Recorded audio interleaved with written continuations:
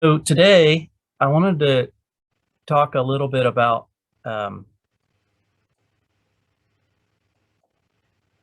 bad actors. It's cybersecurity, um, and how to at least strategies to try to stop them before they do harm.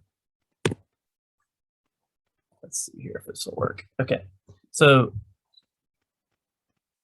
as was stated, I'm basically the president of Lanicom. We're just a IT company here in Troy, and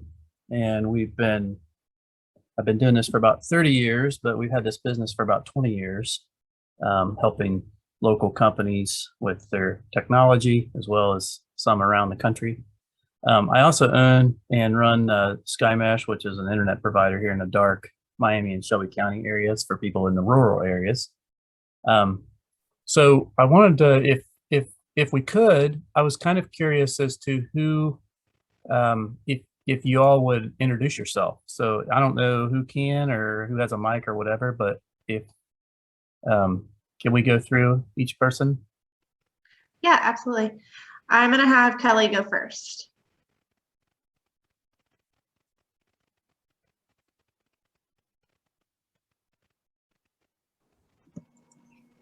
There we go. Hi, I'm Kelly Snyder. I'm the director of the Troy Rec. We're a nonprofit located in downtown Troy. Okay, thanks. Gina?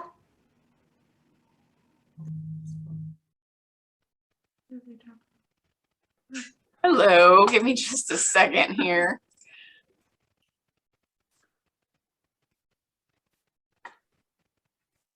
Okay.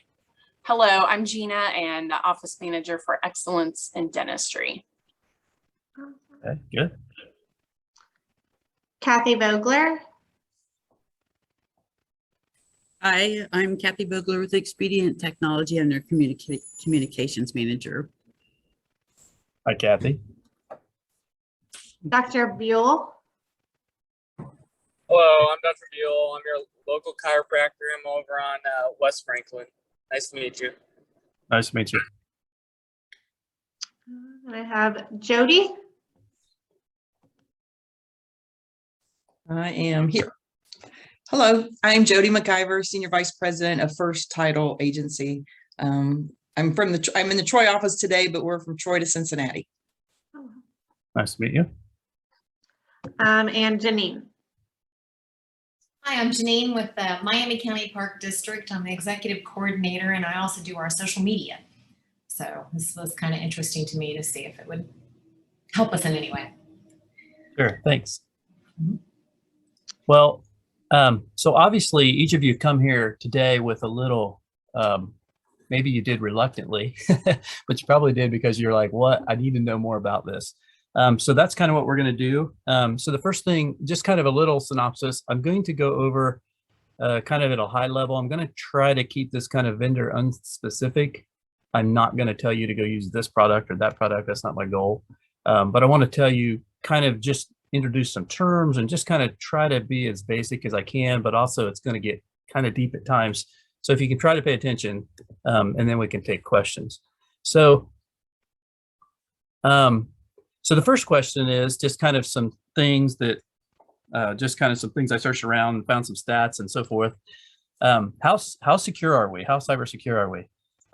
43% of small businesses are just not prepared, they say, according to some research polls. The human error is actually the biggest root cause of a lot of breaches. And thirdly, about 1 in 3 small businesses rely on either free or consumer grade cybersecurity tools, which means that they're not that secure either. And this statement is very true. The state of your organization's cybersecurity defenses could be the difference between survival and obliteration. And I think that's very true. There was just a report put out about 2 or 3 weeks ago that basically from the U.S. Treasury that was talking about how it was a pretty extensive report, but here's the deal: ransomware, that's where they hold your data for money. It's not going away. The problem's going to get worse, and it's continuing to pose a growing threat to all of us.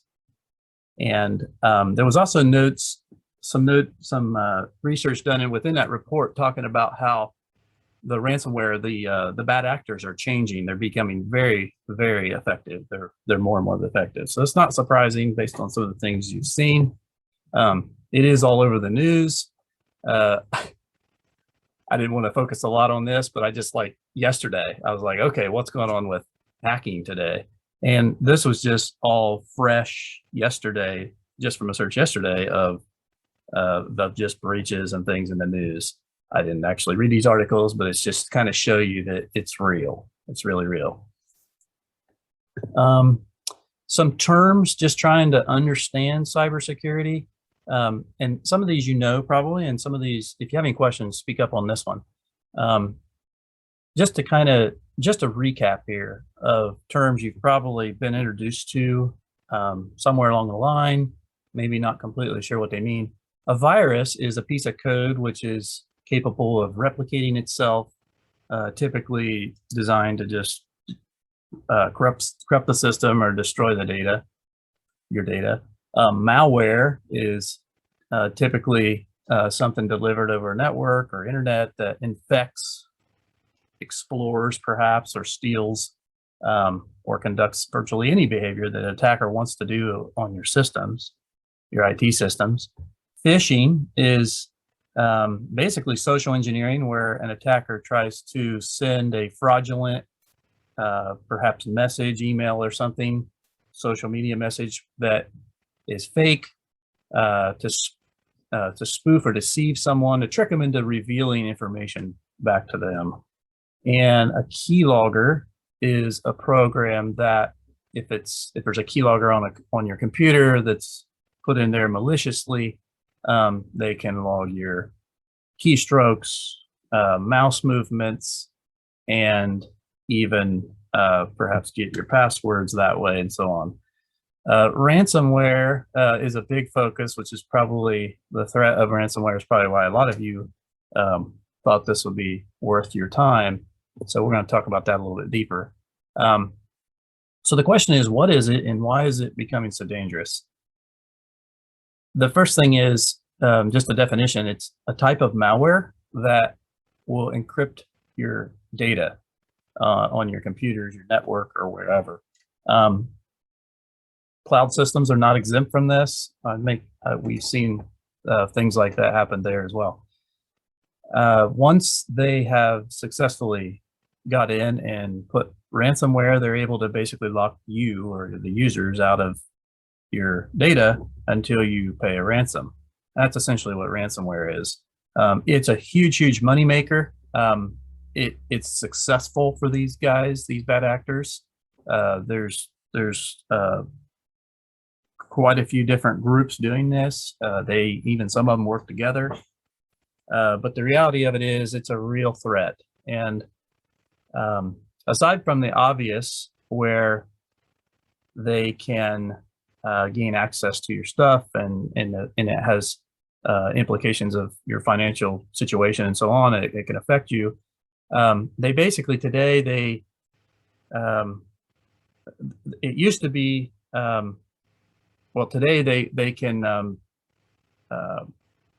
put a lot of pressure on your business or your organization, just essentially by stealing as much data as they possibly can, trying to get personal information that has value that they can sell.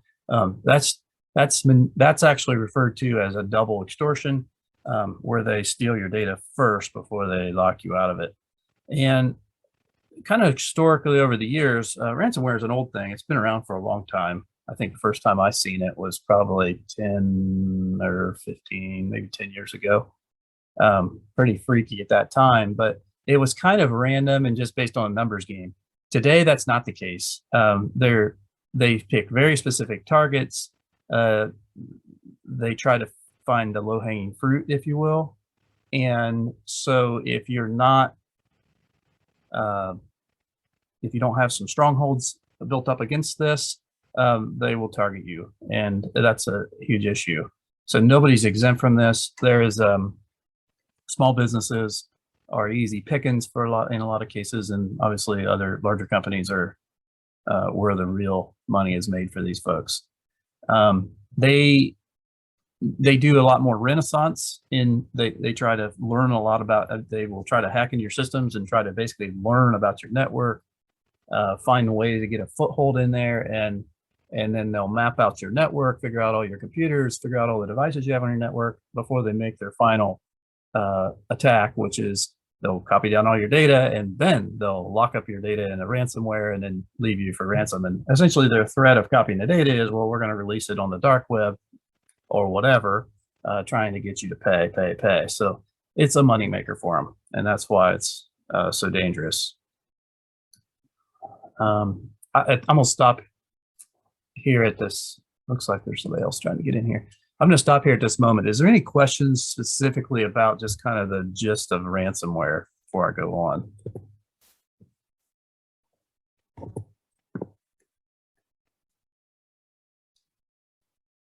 So I'm gonna go on. So the next aspect of this is, what can we do? Sounds kind of hopeless. I will say, before we go beyond this, I'll tell a couple stories here. So one story I will share is, we had a major customer that was quite, it was actually simply a plumbing company but don't make no mistake, this was a very high-tech plumbing company. They were doing around, a multi-million-dollar plumbing organization. They're not in this state. And they effectively did all the things I just said, where they did renaissance. It took them months. And eventually when they made their move, they had went in and they used keyloggers to try to gain, they sent a plant in. They basically sent a virus into the system, one system, so they could get the IT people to show up and actually clean that virus out. Well, in the process of doing that, they were able to gain some credentials. Well, then they came back and got into the admin level of this network, and they were able to take out all the systems within 2 hours. But before they did that, they actually copied down all their data, and they basically left their ransom for about, I can't remember how many Bitcoin it was, but it ended up at that time with the Bitcoin prices being about 800 grand. And so a couple things from that experience we learned was, within 2 hours, this was in the state of Virginia. And so the Secret Service had gotten involved because they deal with, once they were worried about some of the information that they had, so they contacted their banks. Their bank contacted the Secret Service, which does renaissance and this kind of stuff as far as gathering information for crimes like this. They actually showed up at the door. They took to try to basically do research on where these guys were coming from. We kind of learned pretty fast that they knew who these folks were. They knew their names. They knew where they lived. The only problem is they were in countries that they couldn't extradite them from. And so that was part of the issue. Ultimately, what had happened in this case was they had carefully went in. These folks ran their own systems to do all their dispatching and stuff, and they had went in and essentially destroyed and wrecked. Took several, several weeks before, had went in and basically corrupted and got rid of their backup systems. And they did that so that they would have no backups. By the time the backups would have been overwritten, the data was already so outdated. They were rotating and cycling backups off site. The only issue is we had a redundant backup system and they missed one. And that was our only saving grace, because they had effectively destroyed what looked like the primary backup system that we had on this whole client. And so after they did that, then they stole the data, then they encrypted it. So they were really after this money. And the reason it had caught attention of others is because they were right beside a company, well, I shouldn't use names, but another larger company that everybody knows the name to here. And they had just been hacked and were, I believe they were asking for 4 million from them, or 10 million from them. They didn't get it. But there was another company that was right down the road from them as well that got hit for 4 million, and they paid it. And that obviously fuels this fire. And so these folks, because they had missed one of the redundant backup systems, were able to restore their stuff. They did have cybersecurity insurance and so forth, but this is the kind of thing that can happen to just, I mean, if you knew this business, it wouldn't be, it's not unlike any other small business, say around here in Troy, Ohio. So it's pretty real. Kind of a little bit to understand, to kind of begin, like, how do we go from, where do we go from here? The point of this slide is to kind of first try to understand a little bit about what data, this characteristic about security, data, information security on data, the data we have. Every one of us have data. We have data in our email box. We have data on our computers. We have data stored here, stored there. We have databases we use. Every one of us has maybe systems that we have specific to our business, accounting systems. We all interact with data, or we wouldn't be here talking about this. So kind of to think about data for a minute, imagine that being in the center of this. Data has three components to it. First of all, there's a level of confidentiality to all data. Even I joke around, like even the pictures of my family on my phone, I don't just want any Tom, Dick, or Harry to access that. So there is a level of confidentiality even in data that you wouldn't think about. But the point about confidentiality is you only want your data to be accessible from those who actually need it, or otherwise it's not effective. It's not secure. The second thing is integrity. You want to know that your data has not been tampered with, not been altered, not been wrecked by some virus. And thirdly, is the availability of it. If your data is not available when you want it, then it's not very useful. And so it needs to be accessible when it's accessed. We call that the CIA triad. So basically confidentiality, integrity, availability. Those three certain levels, if you will, of those three things apply to every single file, everything you ever had. Now, some data is just not, maybe you wrote a memo complaining to, something that went wrong with a vendor or something. It was a one-time deal and you saved it. Okay, whatever. That doesn't have much value down the road. But some data, obviously your accounting system and so forth, stuff in your accounting system, you wouldn't want that to get out there, nor would you want it to be tampered with. And if it's not available, it would be useless. You couldn't pay your taxes. So just thinking about data. So that this framework kind of gives you the cornerstones of what we think about when we think about cybersecurity. Again, stop me, ask questions if you want.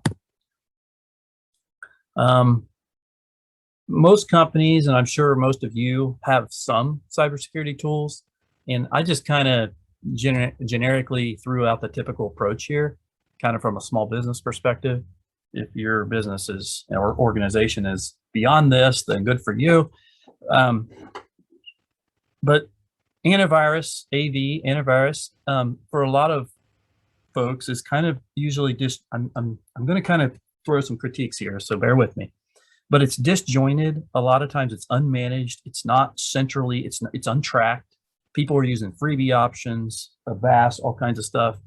The problem with all of that is this, that, yeah, it's great to have antivirus on your computer, but if I am an attacker and I can send, if you have a network, say, and you've got 5 computers in there, and I'm an attacker and I can send a tool, some malware in that will actually stop the antivirus on one of the computers. Well, now I have a foothold. I can gain access to that and use that as like a proxy to figure everything else out.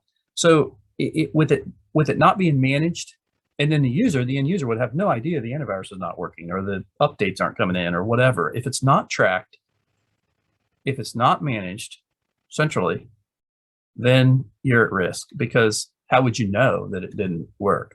On a side note, I would make the same argument about backups. If you don't if you aren't monitoring your backups, if you don't know if it's really there or not, then quite frankly, it's as if you don't have a backup, because you don't have a clue whether it's there or not. Kind of going on is, let me get this, look for a pointer here. It's a little easier with a pointer.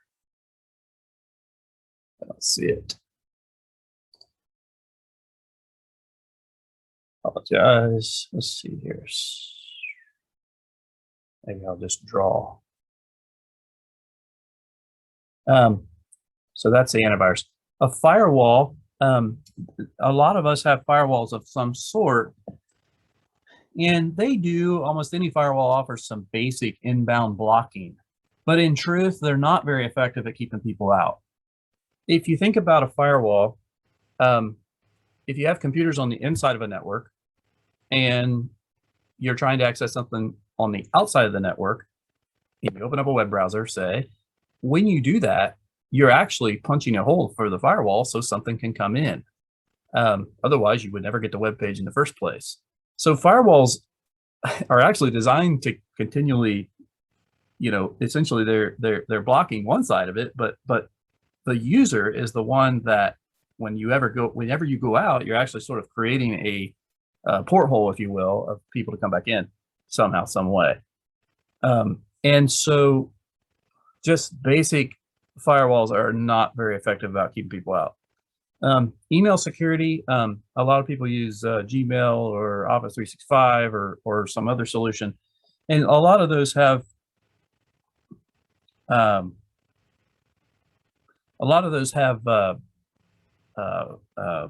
mail security packages that will prevent spam and so forth. We have, I know from our experience, on average, I would say, as far as the spam of any of us that we get, at least within our systems that I've seen over the years, it seems like around 85% of all the emails that come to us are actually deleted. We never see them. They never come in our inboxes. And that's probably true for a lot of you. You just don't realize it. So that gives you a clue as to how much, if you get any junk at all, just multiply that. You're getting like 15% of what made it through, perhaps, of the actual email you got. 85% of your emails that are sent to you are deleted. They never actually come to your boxes if you're using any of these typical packages, like Office 365 or some other, or Barracuda or some solution in the front end to delete spam. Email is easy pickings for these ransomware people, these attackers to come in, because all they have to do is pretend to be somebody that you normally use and catch you in a bad off moment, and boom. The point of this typical kind of cybersecurity tools that people use is they are preventive in nature. And if there's anything you take away from here today, it's this: preventive strategies are no longer effective. You have to go beyond if you want to stop this, period. There. Let's see if I can get this deleted here. I'm sorry. Okay. The challenge with preventive security strategies, like we were talking about, is it's kind of like fishing with a net. And this is kind of a funny example, but basically, if you can imagine fish, if you're out fishing with a net and you had a big fish come in, antivirus will catch it. Maybe your firewall might stop it, antivirus firewall. But if it's just a smaller fish, it'll just get right through. And so you just keep getting refined, finer nets. But you can't have a an absolute block on this thing. And so basically there's always a hole somewhere. Like in this example of nets, the bottom net, they just keep getting finer and finer, but all it takes is a smaller fish. So that's that's kind of just an expression of an example of what it's like to fish with a net, prevention. So prevention just attempts to try to keep the things that we know that are bad out. Essentially, it's the defense is to block anything that looks bad. Sounds easy. It used to work fairly well. It just doesn't anymore, because now the attackers, they just disguise themselves as something legitimate. They can send something through your email or something that is not a virus, but yet it's a foothold that they can gain and exploit. So let's go on. How do they do this? Well,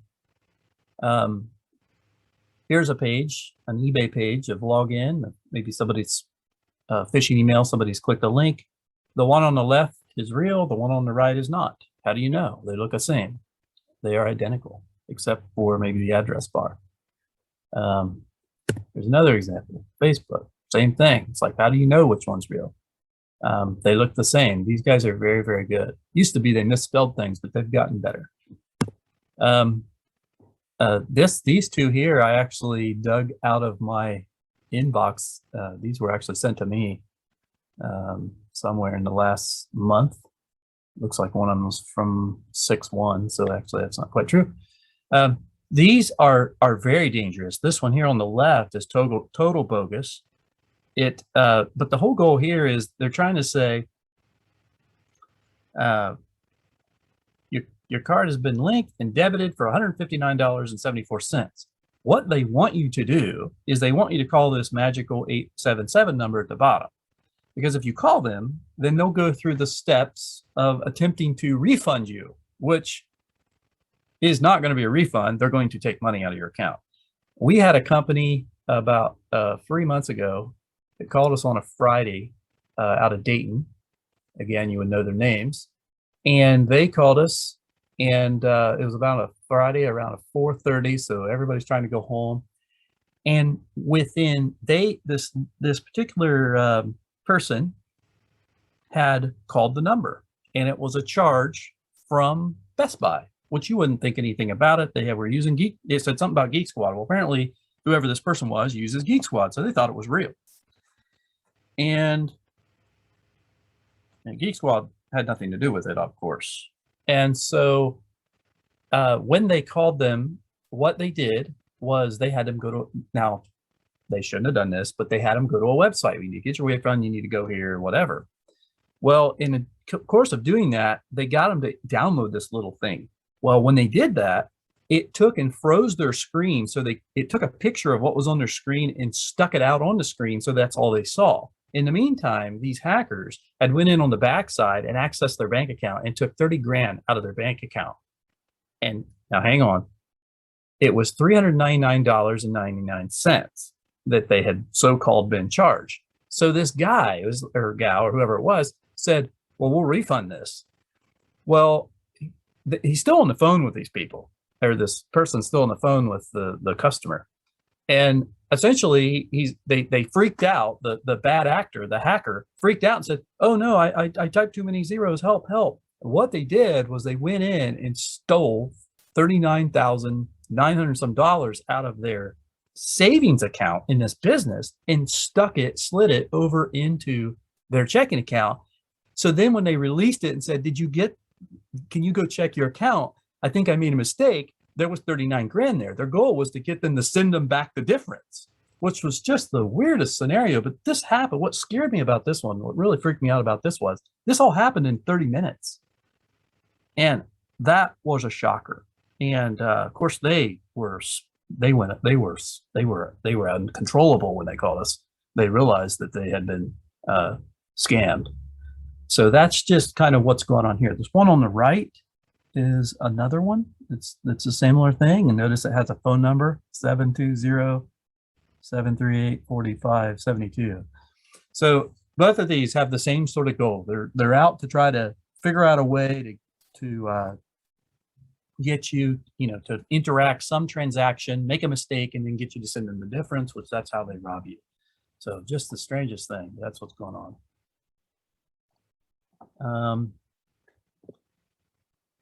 This is another way. I actually found this on my email from October the 20th.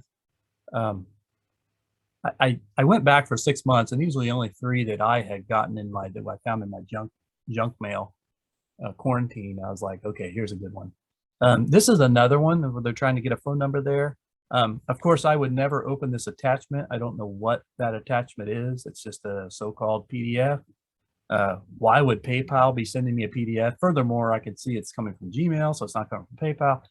Plus, I didn't buy anything for $1,299. But, if I was the office manager at your firm and I got this email and my boss goes out and I don't know what he buys, I just got to get the bills put into the system, I might be tempted to open this and not think a thing about it if I didn't notice perhaps where it was coming from. So that's just how, and that's where the human error comes at. These are all designed to fish to get information and then to rob you ultimately. So let's say that I open this PayPal invoice. This PayPal invoice may not actually have a virus in it, but it may have, or a file that you might get may have some sort of script that will give them a foothold. What we got to have on our computers now is we got to have something of more in depth, more of something that will do that will detect where that something strange has happened, and we call that in the business, we call that a detection and response. Is there something that looks suspicious? Can we evaluate that? The answer is yes. There are threat ops people. There are people that are available to do that. Fortunately, you just can't do this stuff yourself anymore.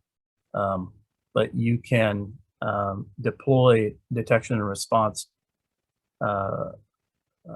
essentially a contractor or software and so forth, that threat ops teams will monitor and investigate things that look suspicious. So I'm going to explain that just a little bit. The attacker response to that, though, because they always have a response, is they just try to find every means necessary to try to sneak in there without you knowing. That's where they're at.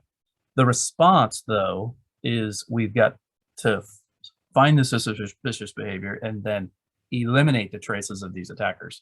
Of course, they will attempt to find another way in. So I'm going to kind of explain that a little bit. Let's say, kind of going back, thinking a little bit about how this detection response works. In a computer like a PC or any computer, there are places in a computer that aren't as secure as, say, other spots. And a lot of people that, like, it used to be, we would have, when we would put systems together, we would kind of let the users load their own Adobe and load their own stuff. Now we lock everything down because we won't even let people install their own software anymore, because if that's the case, if they can, then there's nothing to stop these bad actors from sticking stuff in there as well. So that's something we do at a network level a lot of times. But basically the software, we can, if we find suspicious behavior and then analyze those potential threats or those things for threats and see that they are threats, then they can be removed and addressed. A lot of, if it gets, some of the stuff is done routinely, some of the stuff is human interaction. It takes a human, unfortunately. So kind of an example of this, here's a very simple example. Let's say you got an email and it had a trip itinerary details PDF, just a file, and you just happen to open it. Well, when it went in, let's say it showed up in, say, a temp location on your computer, which is a very unsecure spot to stick something. All the users that use a computer, it's just a wide open, there's not really any security to it, that folder.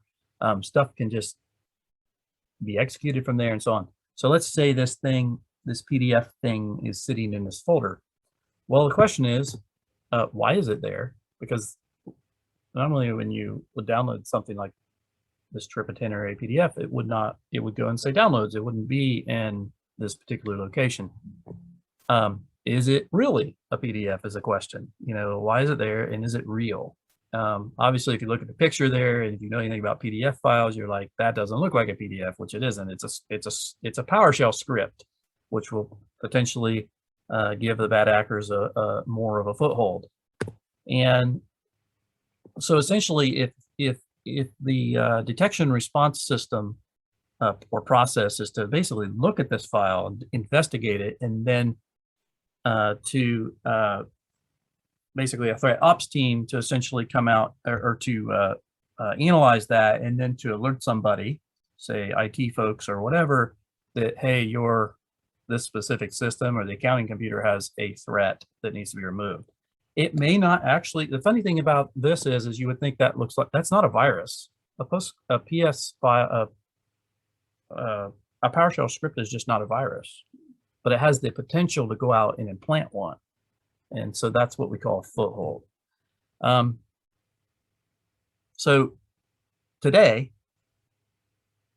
organizations to really survive this, we must have a cybersecurity solution that provides access, if you will, to threat ops team, which is basically people who consist of their industry trained cybersecurity people, experts who will analyze this stuff and behavior and inform of any changes or context changes within the computers. It has to be down all the way to the PC level and the user level. Just a real quick comment, and I'll just tell you how serious we are about this. If we go into a client and say there's 12 systems, if they tell me that, well, we only use these 10, but those other 2 are sitting on the network and they don't want the stuff done to those 2, I walk away. We won't deal with it, because all it takes is 1. And if they won't put the cybersecurity protections and packages on every single system that touches that network, we will not take care of them. We will walk. It's just not worth it to us. That's how serious this is. Furthermore, we, at this point, as far as a company goes, like if the company doesn't have cybersecurity insurance, or cyber liability policy on their cyber liability insurance on their liability policy, we won't do their work. I mean, that's how serious this is. There is, it's not, I don't like to use the old adage to say it's not a matter of if, but when, because that sounds like a threat, but because not everybody's always going to get hacked. But the truth is, if you're at risk, when it does happen and you're not prepared, there's no question you're going to be affected. Also, in light of that, I want to talk just I want to shift the conversation a little bit. Talk a little bit about disaster recovery, because even after all of this, we have to accept the responsibility of knowing that, I mean, you can have the best so-called preventive protections, the best detection and response systems in place, and even the best people in place. But here's the thing. It's almost, you got to stay on front of it all. And so what if there is a way that somebody figures out a way around that? That's always a possibility. So we have to also think a little bit about disaster recovery. What if something does happen? If all of our files out of our, our database of our patients and so forth is put out on the dark web, what does the law say about, how do we notify we have to notify all these customers that they've got personal information out there? I mean, there's requirements even on small business. Laws apply. Different states have different laws. The one company I was telling you about earlier that they wanted 800 grand on, they had laws in the state of Virginia that they had to notify anybody that got personal information about. In their particular case, their customer data, they didn't really have anything other than just customers and addresses, phone numbers. They did not have that, but they did have a bunch of social security numbers and things like that of their employees. And so they had to notify all their employees and past employees that guess what? They had a breach. Whether or not that stuff was going to show up on the dark web or not was irrelevant. They were required by law to do it. So that was kind of something to think about, why you don't want this to happen. So kind of thinking about this, well, what if something happens? I kind of threw this out here just like, well, we want to continue our business, right? So what do we do? Well, we want the shortest recovery times possible. Probably everybody does. And secondly, you want the least chance of any data loss. I mean, I think that's a given.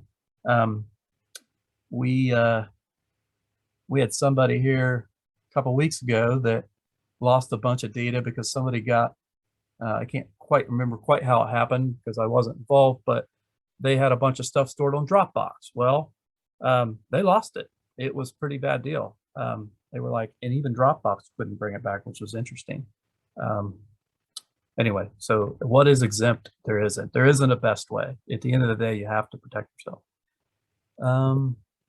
And so kind of thinking about backups a little bit, and this may or may not apply depending on how your systems are set up, but I wanted to just discuss this a little bit. we kind of always push for, if you have any data at all, we push for absolute redundancy on even backups. Like we don't even trust one system, one backup software or anything, for the reasons I was telling you earlier, that if there is a bad actor that gets in there, they'll find it. Well, if you have two, there's less chance they'll find both because they're not looking for that. So it's just trying to stay a step ahead. So I just kind of made this up here about just like a little office situation, perhaps a simple, maybe they have a main computer or a server, maybe they got some file shares, maybe they got some counting data, you know, what's going on.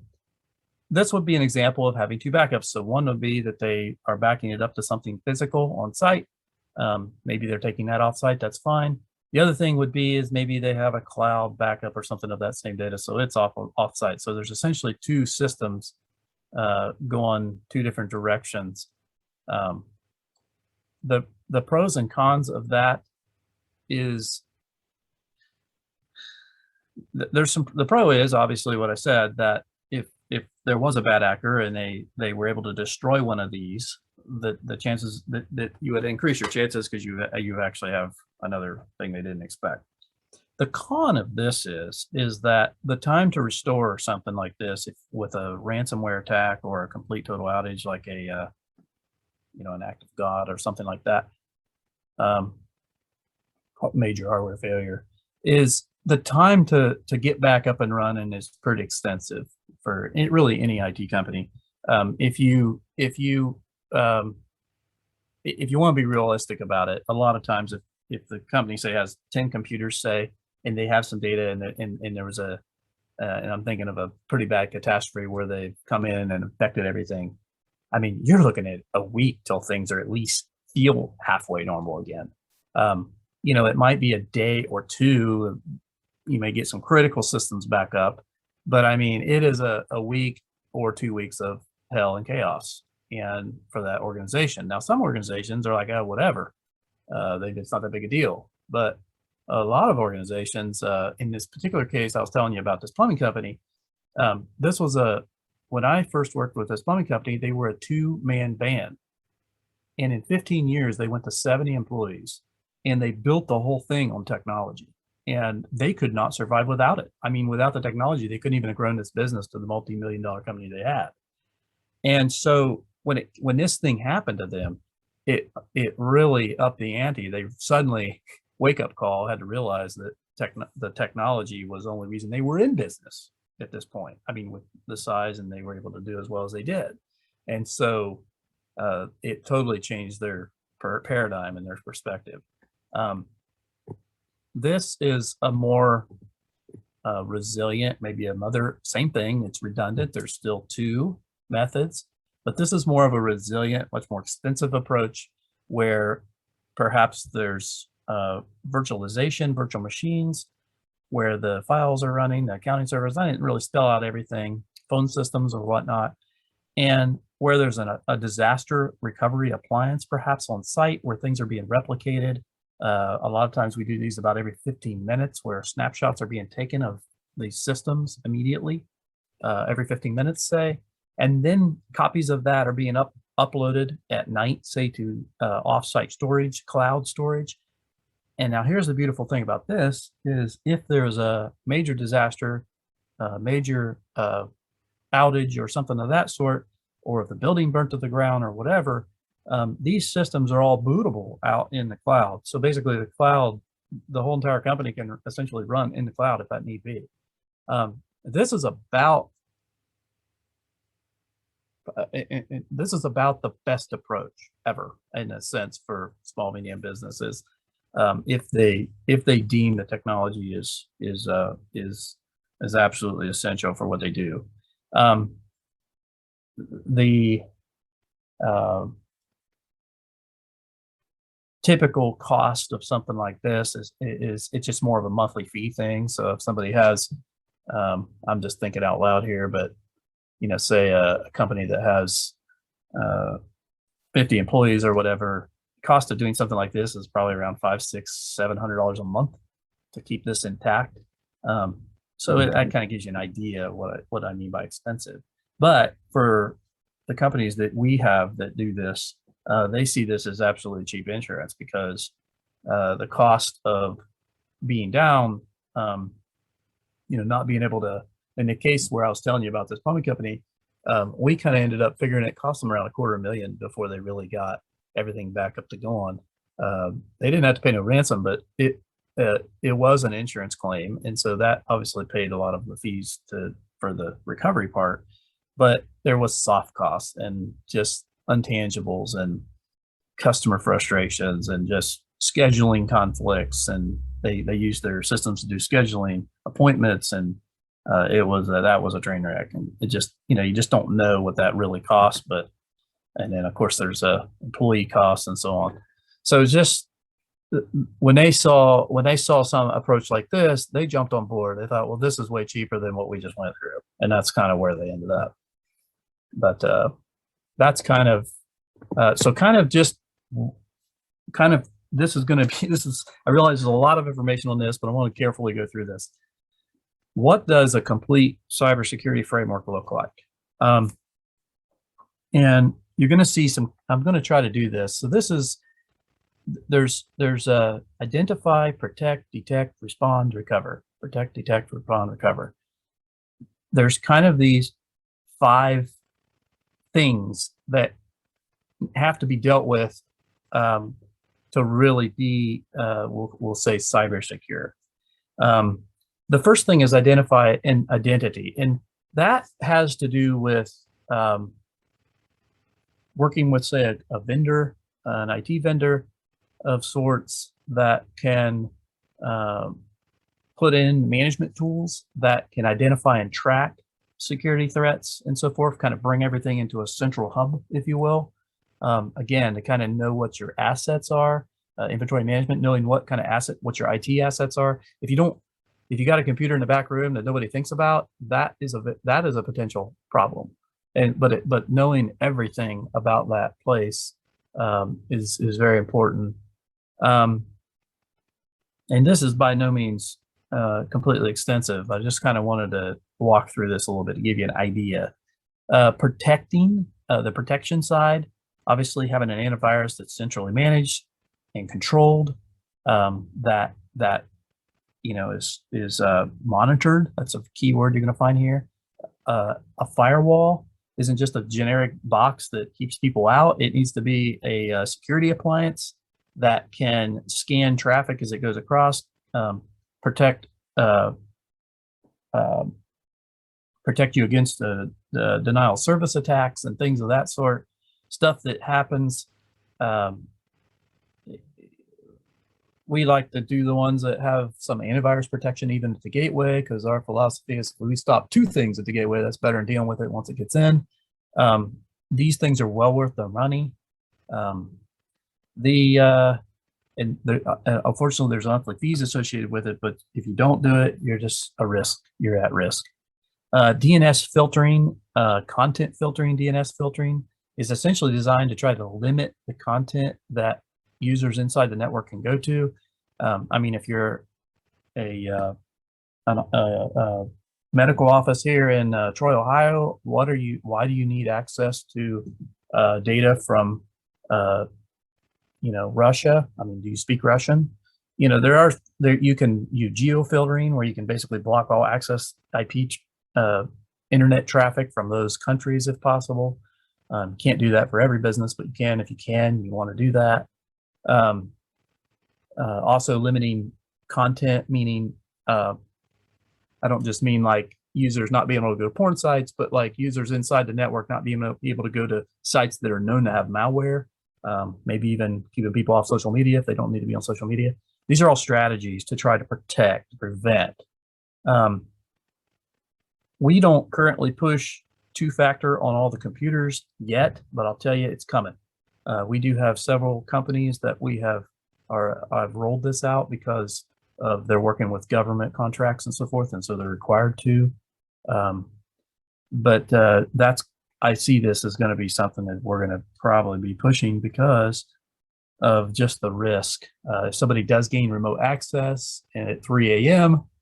You're not there, well, they don't have the 2-factor, perhaps I don't know if you can see my screen or not, or my video, but it's like I have an old traditional RSA key that that puts a random code on here. So when you go to log in, you got to have this code. If you don't have this, you're not getting in. Go home and get it, I guess. They also have them for the cell phones and so forth. A lot of, if you've noticed, real quick, if you've noticed, if you've been paying attention, probably in the last 2 years at least, almost all the websites with any critical information, banking sites and so on, I've almost pushing you and requiring you to do two-factor. And now you kind of know why, because the risk is high.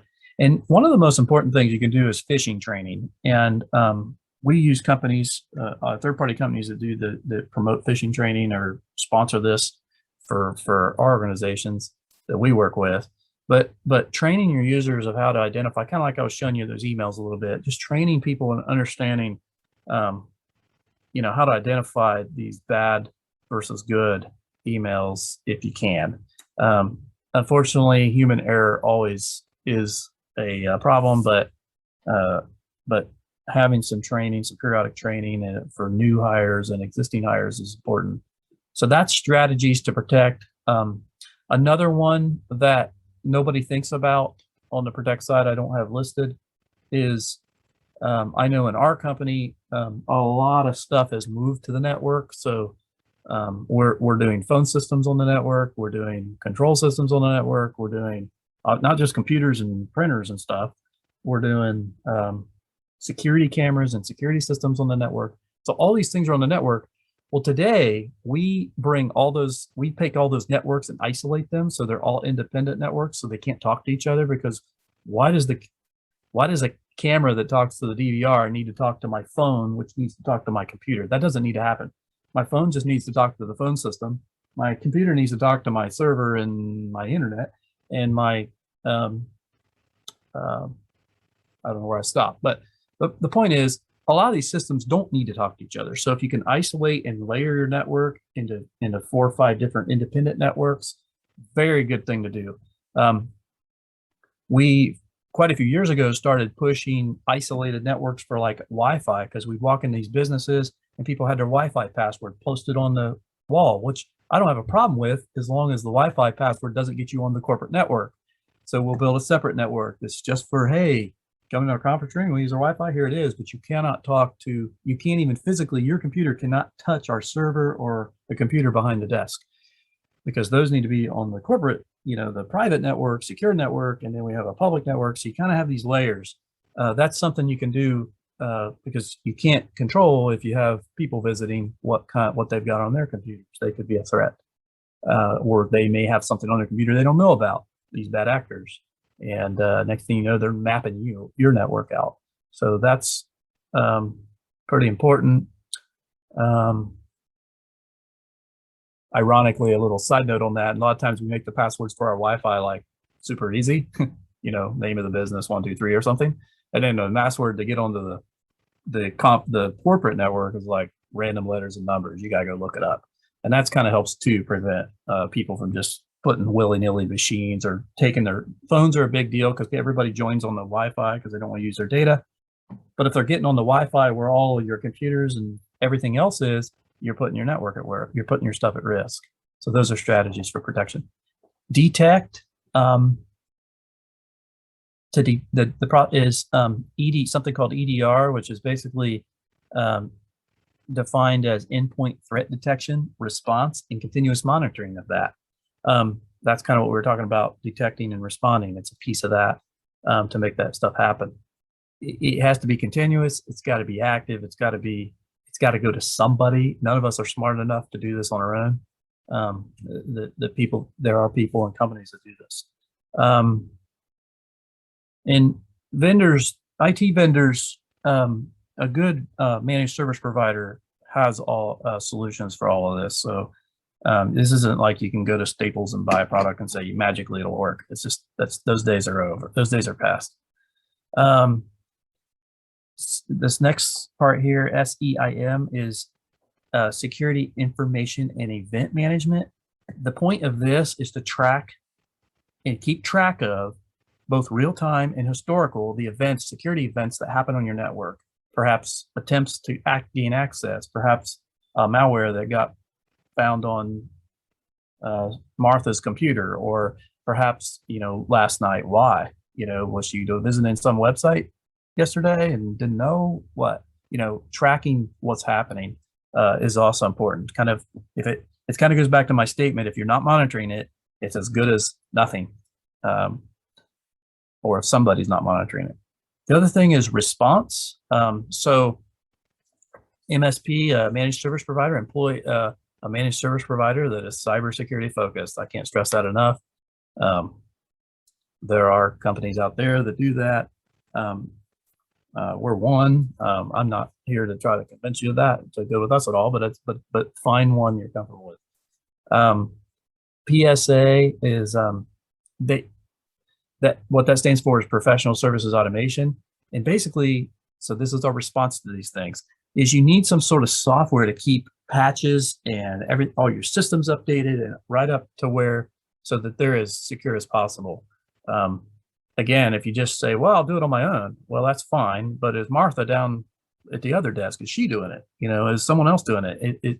I'm not trying to pick on Martha, by the way, but it's like, how do you monitor and keep everything up to date at the same time? That's a challenge when you have multiple systems to worry about when everything is a risk.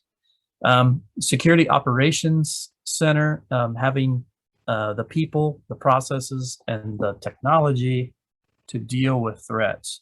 That obviously goes hand in hand with the MSP, with having a service provider that deals with some of the stuff. But in our case, we use a company that when there's like we have hundreds and hundreds of computers basically where we detect and respond to them, we'll get I think I have a sample. I'm gonna come back to that in a minute. But we'll get we'll get contacted, an alert that says, hey, by the way, not to pick on Martha, she's got something on her system. There's a foothold. And they'll give us, here's the 7 things that our help desk needs to go in to do to get rid of, to rip it out of the registry. They'll tell us exactly what to do to get this thing out of there, because it may not be a malware, it may not be fully developed yet, but it's a foothold where they can come in and exploit, and it'll go farther and further until it turns into ransomware. Now, kind of on the recover side, you have to have this as a component of a cybersecurity too. Backup solutions, redundant backup systems, which that's a Lanicom thing. Others don't necessarily always say that. We're big on having redundancy there for the obvious reason. Both and obviously off-site, on-site, and also some data retention. I'm just mentioning some high-level stuff of like things that you want to make sure, if you're really worried about your backups, to make sure that it's off-site, make sure it's on-site, and make sure you have some data retention, meaning that that second slide that I showed you here, I didn't really say this, but the solution we use down here keeps the retention for an entire year. You can go back to last February the 15th and pull all the servers back like they were back then. Now, I don't know why you would do that, but it's there to give extra protection on that. Disaster recovery. The only thing I can say here is have a plan, or have a business continuity systems, perhaps cloud recovery, which is another example of this. This isn't as pretty, but it will work in a simple scenario. The other thing is make sure you have some good cyber liability coverage. You don't, if you so there's a well, we'll talk about this a little bit. So the main things here, look at what this says: cover the privacy, cover the data loss, and so forth in network exposures. Whenever you have a breach, there's exposure. Just like this company I was telling you about, they stole all their data. So all of a sudden now there's a risk there. Who do they alert? Who do they contact? Obviously, could there be a liability issue because of what just happened? That's kind of part of the point of having a cyber policy. I personally, and I'm not here to tell people what to do, but I personally don't recommend getting a cyber policy to pay ransom. I think paying ransom is a horrible thing to do because it fuels the fire, doesn't stop the problem ultimately. If everybody would just commit in America would just say, absolutely no ransoms paid from now on, or you're breaking the law. Well, suddenly ransomware would go away. But because people do pay them and so forth, it obviously feels it. So unfortunately, the brunt of that expense comes back to you and me and small business and those of us that feel like we can't afford this stuff sometimes. So it's kind of a situation there. And it doesn't cost a whole lot to have like a $50,000 coverage, just to kind of get back in business, and at least have that liability protection, if you will. So that's kind of what I would say there. That's really all I had. I want to thank you for the opportunity today. I got my contact info here if you want that. And I will take questions if anybody has any questions. Yeah, if anyone has any questions, feel free to unmute yourself or put them in the chat, whichever way you prefer, doesn't matter. Thank you, Trent, for all that information. It was a lot, but it was good. Kelly, do you have a question? I do. So we're a small nonprofit. We have no IT. Like there just is nothing. So I guess where do I even start to kind of get us more secure? Like, yeah, I'm kind of. You probably suspect my answer is going to relate around picking a vendor, because a lot of this, it used to be, and you know this too, it's like, well, you could buy antivirus and protect yourself. You could go buy a firewall from the store even and protect yourself. Right. Unfortunately, we just don't live in that world anymore. And so I would suggest where I would start is go to, do your homework, interview like managed service providers, vendors, IT companies, and find one that you're comfortable with that really kind of has a focus on this. Because if you don't, then, they'll have the tools. Just like in our case, we use an RMM platform. We have all this stuff in place. Well, we've had to think through this. Obviously, it took us some time. By the way, we've had to learn, and we've had to roll out all this stuff in our IT stuff as well.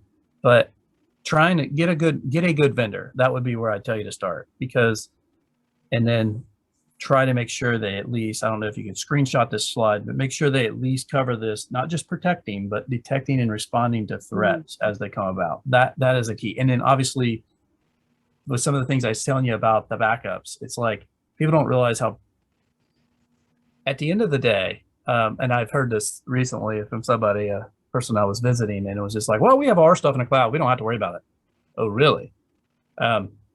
I'm old enough that I've watched 2 cloud vendors go bankrupt, and one day all their data disappeared. Mm-hmm. That's freaky. And so, and the only reason I bring that up is not to scare you. I'm just saying it's still your responsibility. You can't just throw it away and say, well, it ain't my problem. At the end of the day, it's not, if they disappear off the face of the earth, it's not their problem. You can't find your accounting files. And we've seen that happen. It's so I'm kind of apprehensive. I like, I do recommend some cloud solutions. I like hybrid solutions personally, as far as that goes, but I feel like that in small business, there is an element of control that, and you like to maintain, because survival, it's all about survival. And, and we, nonprofit, we have a board, and, they are kind of in charge of our finances. And I like having this information to be able to take it to them and say, okay, this is where we need to put some of our funds, because really right now we just don't have anything that I feel comfortable with. Right. Okay, and ultimately, I'll share this one more thing, and this is more about Lanicom, kind of how we've done things. It used to be, for the last 20, or let's say 19 years, and last year I've changed, because this has become such a big deal. But we used to be kind of like our phone would ring, somebody wants something, and we would be, sure, how can we help you? Now I'm completely opposite. That's like, oh, you want help? I'm not trying to be facetious, but it's like, we have a list of requirements, or we won't even do their work. And if they're not up to par, there may be a fee up front that gets them there because it's too risky for even us to deal with it. Mhm. So that's kind of like, and if a company sees value in that, then obviously they're a good fit for us. But it's just not a good fit for us if they're not willing to take cybersecurity seriously. Mhm. And that's where we're at. Not every vendor's quite there, but rest assured they eventually will be. At least that's my belief.